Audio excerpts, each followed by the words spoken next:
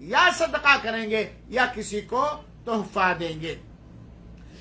وقت بڑی تیزی سے گزر رہا ہے.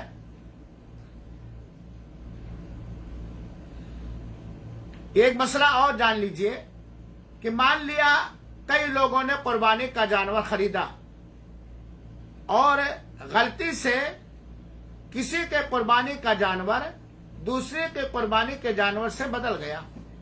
لے کے آ رہے تھے یا ایک ہی جگہ چرا رہے تھے. اب ہمارا جانور آپ کے جانور سے بدل گیا. آپ کا جانور میں لے آیا اور میرا جانور آپ لے کر کے چلے گئے بنا کسی قصد و ارادہ کے. تو ایسی صورت میں دونوں قربانی کے جانور قربانی ہو جائیں گے اور قربانی کرنے میں کوئی حرج نہیں اور یہ دونوں کی طرف سے قربانی ادا ہو جائے گی. دونوں کی طرف سے قربانی ادا ہو جائے گی. ایک سوال بہت آتا ہے کہ کیا قرض لے کر کے قربانی کرنا جائز ہے یا میرے اوپر قرض ہے قربانی کرنا جائز ہے. اس کا مختصر جواب یہ ہے کہ اگر آپ کے پاس طاقت ہے کہ آپ قرض بھی ادا کر لیں قربانی کا جانور بھی خرید لیں تو بالکل قربانی کرنا جائز ہے. چاہے قرض پہلے سے ہو اور چاہے قرض لے کر کے جانور.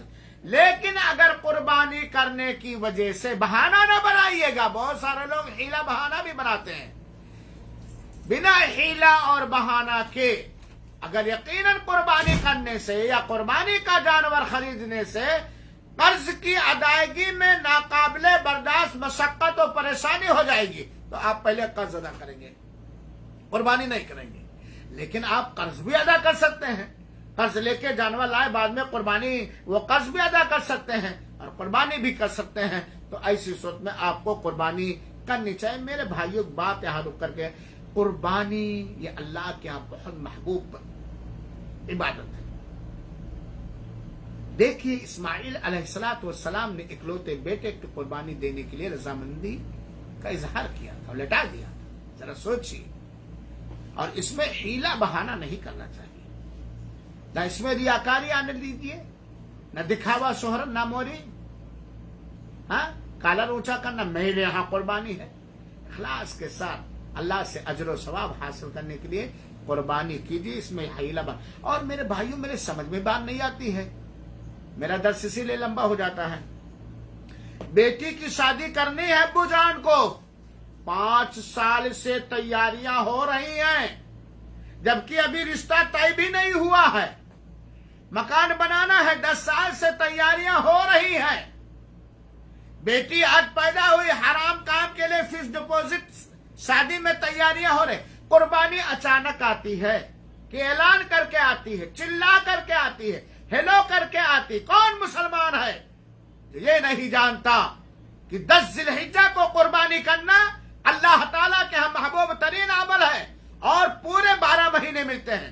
پورے 1 سال تھوڑا سا سمجھ لیجئے کہ 18 دن کا پورے 1 سال قربانی کی تیاری کے لیے موقع ملتا.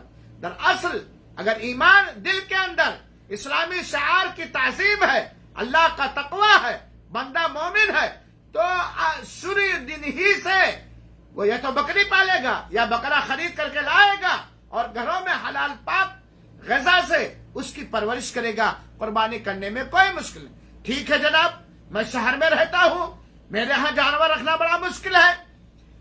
گھاس نہیں ملتی پتیاں نہیں ملتی گھر میرا چھوٹا ہے گھر گندا ہو جائے گا.